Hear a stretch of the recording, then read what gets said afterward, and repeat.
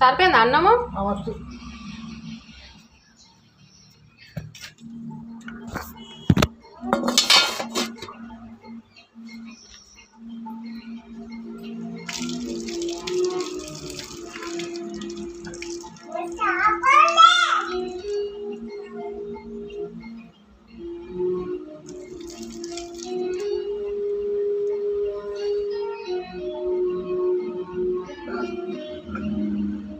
నీళ్ళున్నాయా తాగడానికి నీకు?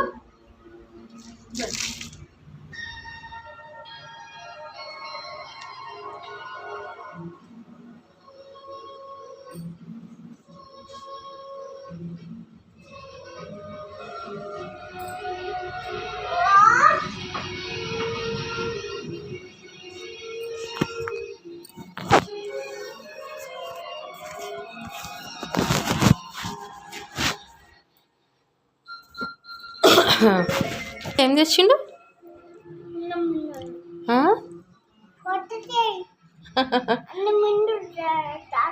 అన్నం తింటుండా? డాడీ కూడా తిన్నాడు అన్నం. నువ్వు తింటలేవుగా అమ్మ అన్నము? తిను, పండు తిను. వాటర్ మెలనా? ఓకే, పండు అంటారు, ఇది ఫ్రూట్, వాటర్ మెలన్.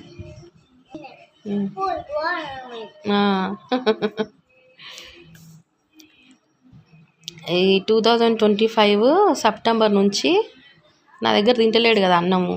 నేను ఇవాళ బగారన్నము చికెన్ వండిన. ఈరోజు 19th థర్స్డే ఫిబ్రవరి 2026. ఈరోజు చికెన్ కర్రీ వండిన, పులుసు, చికెన్ పులుసు, బారన్నం చేసిన.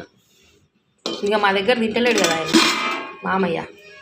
మొన్న వాళ్ళు సమ్మక్క సారక్క జాతరకు పోతే 3 రోజుల్లో ఇక్కడనే తిన్నాడు. మళ్ళీ ఇప్పుడు వాళ్ళు లేరు కదా, నిన్ననే వాళ్ళ చెల్లె ఎంగేజ్మెంట్ అంతా పోయారు. ఇప్పుడు వాళ్ళు నిన్న పోయారు. మళ్ళీ బతిలాడించుకొని తింటుండే ఆయన. పొద్దున టీ ఇవ్వడానికి బతిలాడిచ్చుడే, రాత్రి బతిలాడించుకుండు. ఇక ఇప్పుడు ఇక ఆకలేనట్టుంది, ఏమన్నాడు వేసిచ్చిన. నా చేతులతో నేను ఇవ్వలేదు. మా ఆయన ముంగట నేను రాయ్యా ముంగట నిలవాడు, నేను వేసిస్తా, మళ్ళీ ఏమో కలిపి పెట్టింది, సంపాలని చూస్తుంది, ఇవన్నీ మాట్లాడుతారు. కాబట్టి నాకు అవసరం లేదు. ఆయన మొత్తం భయంలో ఉన్నాడో మరి ఎందుకు తింటలేడో ఏమో తెలియదు, దేవుని తెలియాలా. మరి 4 ఏళ్ళు ఎట్లా తిన్నాడు? భయపడుకుంటూనే తిన్నాడా 4 ఏళ్ళు? ఆయన దుప్పట్లు విండి, ఆయన బట్టలు విండి, ఎట్లా చూసినా వంతు డివైడ్ అయినాక కూడా మంచిగానే చూసిన. ఇప్పుడు ఆయన తింటలేడు. ఈ 2025 సెప్టెంబర్ నుంచి తింటలేదు. ఇది 2026 ఫిబ్రవరి 19th ఇవాళ. మొన్న సమ్మక్క సారక్క జాతరకి 3 రోజులు పోయిరు వాళ్ళు. 3 రోజులు నేనే పెట్టిన. అది కూడా బతిన్లాడి. ఇప్పుడు నిన్న పోయిరు సాయంత్రం, నిన్న నైట్, ఇవాళ మళ్ళీ రేపు వస్తారో ఎల్లుండి వస్తారో ఇక ఆయన దేవునికి తెలియాల. ఇట్లా నేను అడిగి పెడుతున్నా, కానీ నన్ను బదలం చేస్తుంది. పెట్టను అంటుంది, చేయను అంటుంది. ఎందుకంటే వాళ్ళ మీద ఇక్కడ గ్యాసులు లీక్ చేస్తుండు. మామే నూకే ఇద్దరు భార్య భర్తలు కలిసి కొడుతున్నారు, అన్నం పెడతలేరని 2024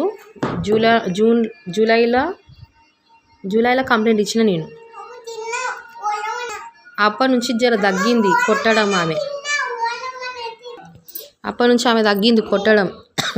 తిట్టడం కూడా చాలా మటుకు గలీజ్ వాళ్ళు తిట్టడం బంద్ చేసింది. ఇంకా కొడుకు అప్పుడప్పుడు కొడుతుండు. ఆ తిండి కూడా ఎట్లయినా బతిలాడించుకొని పోయి అడిగి తింటాడు ఆయన. నేను అట్లా చేయలేదు కదా, మంచిగా షటర్ ముంగడికి పోయి మామయ్య తింటావా, తిను అని బతిలాడి మరీ పెడుతుంటే నేను ఎప్పుడైనా. ఇంకా ఆయనకు ఉండాల, మంది మాటలు విని మంది రెచ్చగొడుతుంటే. మన సమ్మక్క సారక్క జాతరకు పోతే కూడా ఎంత బతిలాడించుకుండు 3 రోజులు. అసలు నాకు మస్తు బాధ అనిపించింది. ఎందుకు మామయ్య ఎట్లయినావు నువ్వు అంటే నీ వల్ల నేను మస్తు తిట్లు తిన్నా అందరితోటి. ఎందుకు అంతగానం నేనంటే నా సంసారం పాడు చేయాలా? దీన్ని ఎట్లా నిలగొట్టాలని అందరికి ఎందుకు ఈ నేర్పించేటోళ్ళకి అంటున్నా. ఎందుకు అంతగానం ఉంది? మామయ్యని కొట్టినోళ్ళది తప్పు లేదంట. ఆయనకు అన్నం పెట్టకుండా, స్నానానికి నీళ్ళు ఇయ్యకుండా, ఇష్టం వచ్చినట్టు చెంపల మీదకెళ్ళి కొట్టి, రాళ్ళతోని కొట్టి, ఒక ఆడది అయ్యి ఉండి అట్లా కొట్టిందా మంచిదంట. బావలన్న ఒక మర్యాద ఇయ్యలేదు. ఎన్ని తిట్లు అసలు. ఆ కిష్టిగాడు అంటది, కిషన్ గాడు అంటది. ఆమె శిరీష లేదా, ప్రశాంతి లేదా, ఇట్లా మర్యాద ఇయ్యదు. అది బయటనే ఇట్లా కాలు మీద కాలు వేసుకొని కూర్చుంటుంది. అన్నీ తెలుసు. తెలిసి కూడా మనం ఒకటే అనుకుంటా వాళ్ళకి సపోర్ట్ చేసుకుంటా ముసలాయనకి అన్నాడంట. ఆయననే చెప్తుండు మామయ్య, మీకు వెనక ఉండేది కదా ఉండనీకే షటర్ మీకు ఇవ్వద్దు అన్నారు అని. అంటే నేను చెప్పిన మహానుభావుడు ఎవరయ్యా? మా సంసారంలో ఎందుకు నిప్పులు పోస్తురు? వాళ్ళకి సపోర్ట్ చేసుకుంటా మొత్తం షటర్ అంతా వాళ్ళే వాడుకుంటారు. మరి నాకు చిన్న పిల్లు ఉన్నది, కిరాయాన్ని ఇస్తలేరు. లేదంటే మేము ఏమైనా షాప్ అన్న పెట్టుకుంటామని అట్లా పెట్టుకొని ఇస్తలేరు. ఏంటంటే ఈ గ్యాసులు లీక్ చేస్తుండిడ. ఆ 2024లో నేను కంప్లైంట్ ఇచ్చిన. నేనే ఇంటి కోడలని అంటుంది. ఇటు నడవనిస్తలే అటు నడవనిస్తలే, బట్టలు వేస్తే కట్ చేస్తుంది, ఇష్టం వచ్చినట్టు తిడుతుంది. ముసలాయనకు నాకు లింక్ పెట్టింది అది ఇదని. అది పాప షాప్ ముంగట నిలబడితే ఎలగొట్టుడు, పాప చెప్పులు ఇప్పిన బయట తన్నేసుడు, ఏమన్నా బొమ్మ గీట ఏమన్నా పెడితే కథం అది పలిగిపోతుంది, అది బయట ఉండదు.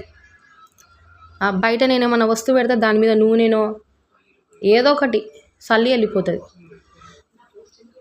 మేము నడుస్తుంటే ఉంచుడు, నీళ్ళు పోసుడు, నీళ్ళు నోట్లో పోసుకొని ఉమ్ముడు, లేదంటే తులసి కోట కాడ ఉమ్ముడు, ఆడ మధ్యలో బాసనలు తోముడు కూర్చొని, ఇవన్నీ చేస్తుందని నేను ఒక పేపర్లో రాసి పెట్టిన. అది ముఖ్యంగా గ్యాస్ లీక్ చేస్తుంది. ఇంటి ముంగట పెద్ద మనిషితో చెప్పిన ఇంటలేరు. ఏమన్నా అంటే ఆస్తి కోసం వచ్చిందని ప్రచారం చేస్తున్నారు. షటర్లో కూడా మొత్తం ఇట్లా టేబుల్ మీద చెప్పులు బేరుస్తుంది. చెప్పులు, షూలు, ఆ గలీజ్ వాసన. ఇట్లా పాప ఉరుకుతుంది, అల్లకే ఉరుకుతుంది. పోకు మమ్మీ అంటే కూడా చిన్న పాప వింటుందా? ఇప్పుడు వాడు అంత పెద్ద గాడిద లెక్కున్నాడు. అరే ఈడ టాయిలెట్ పోయకురా అంటే ఈయన పోస్తున్నాడు. పిల్లమేమో గలీలోకి వస్తుంది, మొగుడేమో ఈడ పోస్తాడు. మాకు ఇంటానికి ఎంత గలీజ్ వాసన వస్తుంది. ఉంచుడు, ఉచ్చలు పోసుడు, ఆ దారిలో కూర్చొని బాసన దోముడు, అటు నడుచుకుంటూ ఉంచుకుంటూ వెళ్ళిపోతూనే ఉంటారు. ఏం చేయాలా? గ్యాస్ లీక్ చేసుడు అదొకటి ఎంత ఇబ్బంది అవుతుంది. మనుషులను చూస్తే ఎవరు పాప చిన్న ఉంది, అన్నం తినబెడుతుంటే ఇది ఏదో నైటీ తెచ్చి ఇట్లా ముఖం మీద దులిపిందంటే గలీలోకి వెళ్ళి వస్తుంటే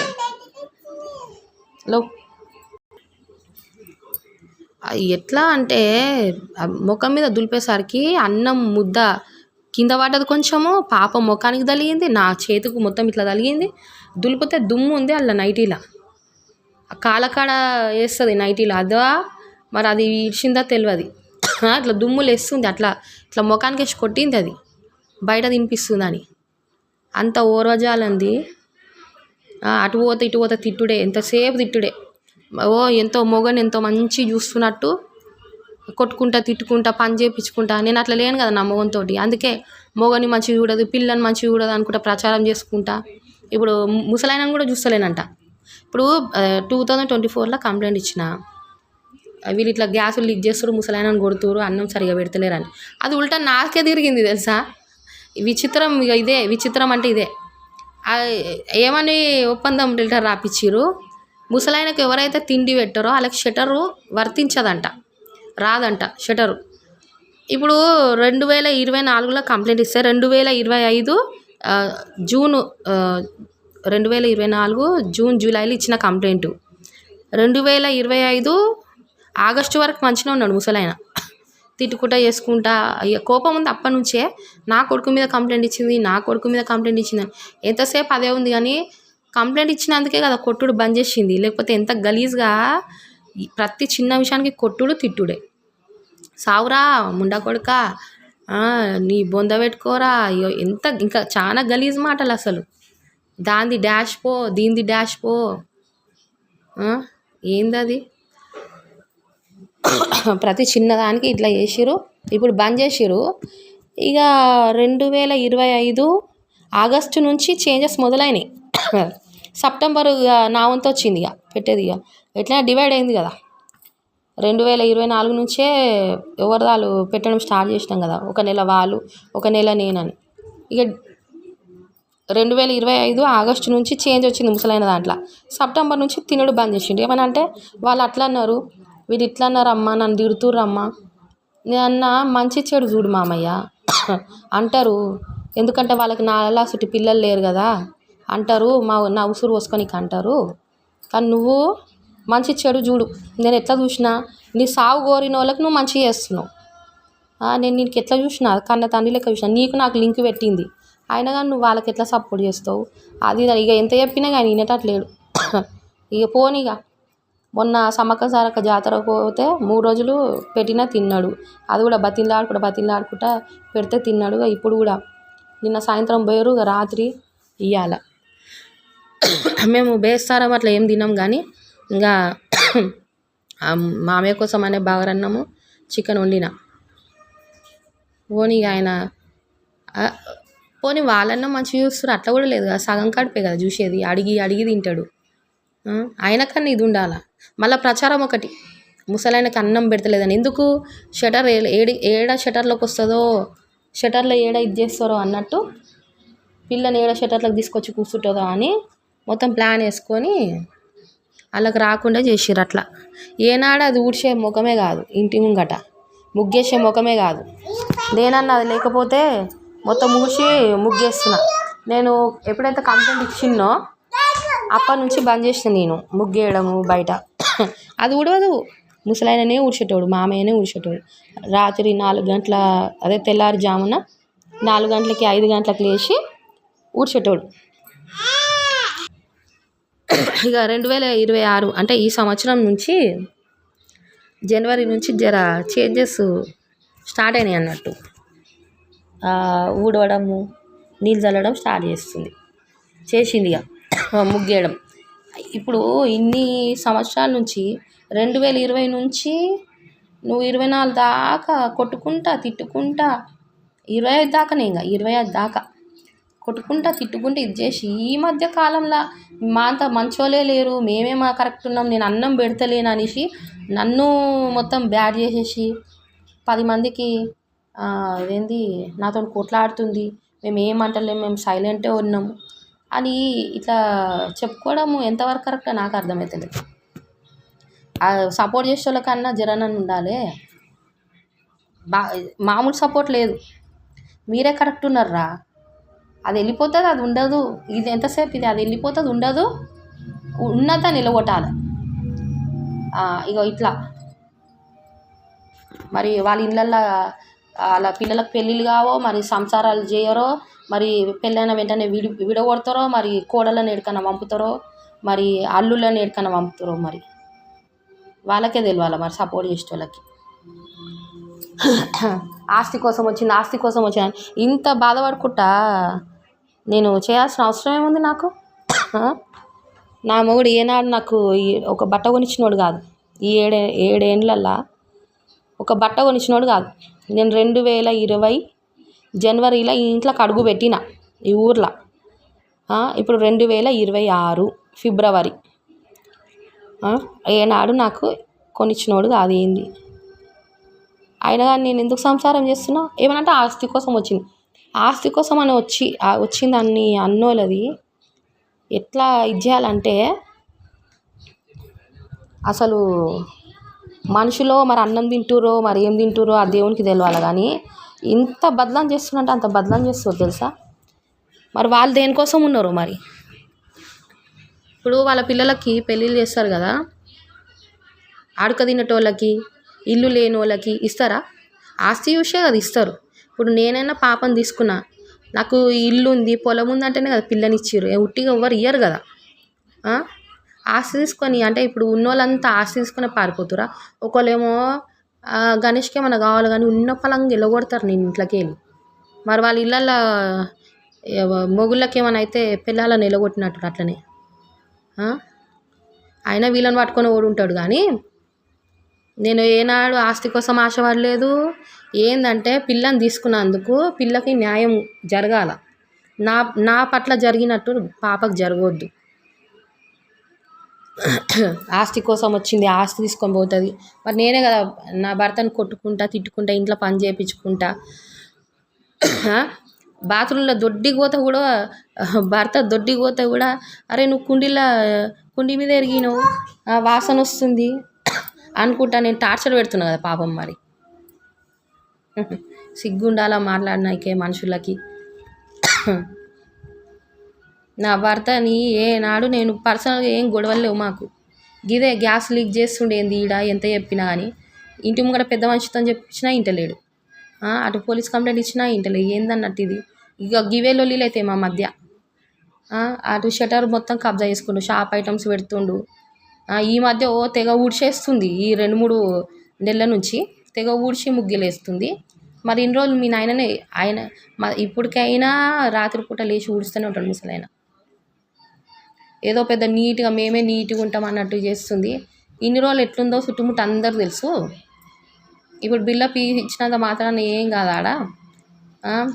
ముసలాయన కంట అన్నం నేను పెట్టను అని అంటున్నాంట. ఎందుకంటే షటరు వాళ్ళ ఆధీనంలోకి వెళ్ళిపోయింది కదా, అది అట్లనే ఉండాల. అట్లా మస్తు ఉన్నాయి చెంచాలు, చుట్టుముట్టు చెంచాలు బాగున్నాయి సపోర్ట్కి. నువ్వే చేస్తున్నావు మొత్తం. నువ్వు వచ్చినప్పటి నుంచి లొల్లీలు అయితే నేను ఒకడేమో మధ్యలో గోడ కట్టమంటే ఇది పొత్తులాస్తి మేడం, ఆస్తి కూడా అడిగిండ్రా ఆస్తి కూడా అడిగిండ్రా, మధ్యలో గోడ కట్టమని చెప్పారు. అంతేగాని ఆస్తి ఎవ్వడు అడగలే. సిగ్గుశరం ఉండాలి ఒక ఆడదాన్ని బ్లేమ్ చేయనీకే, సపోర్ట్ చేసుకుంటా ఆస్తి కోసం వచ్చింది అన్నోని నడి రోడ్ల చెప్పుతో కొట్టాలి. అసలు నేను కలుద్దామని మస్తు అందరిలో కలిసి ఉండాలి మస్తు ప్రయత్నాలు చేసిన, కొందరికి పని కూడా చేసి పెట్టిన. వాళ్ళు ఎట్లున్నారంటే అవసరానికి వాడుకునేటోళ్ళు ఉన్నారు. కొందరు ఎట్లున్నారంటే చీప్గా తీసి పడేస్తారు. కొందరేమో కులం గురించి ఆలోచిస్తారు. ఇట్లా ఒక్కొక్కరు ఒక్కొక్క టైప్ ఉన్నారు తప్ప, అరే మన దాంట్లో పడ్డది అయిపోయింది, మనం ఒకటి అన్నట్టు ఉండాలి. కానీ అట్లా కాదంట. ముసలాయన కొట్టినా తిట్టినా ఏం చేసినా వాళ్ళే రైట్. అది ఎక్కడి నుంచో వచ్చింది, దానికి ఏం సపోర్ట్ చేసింది. సపోర్ట్ చేయమని అంటలే.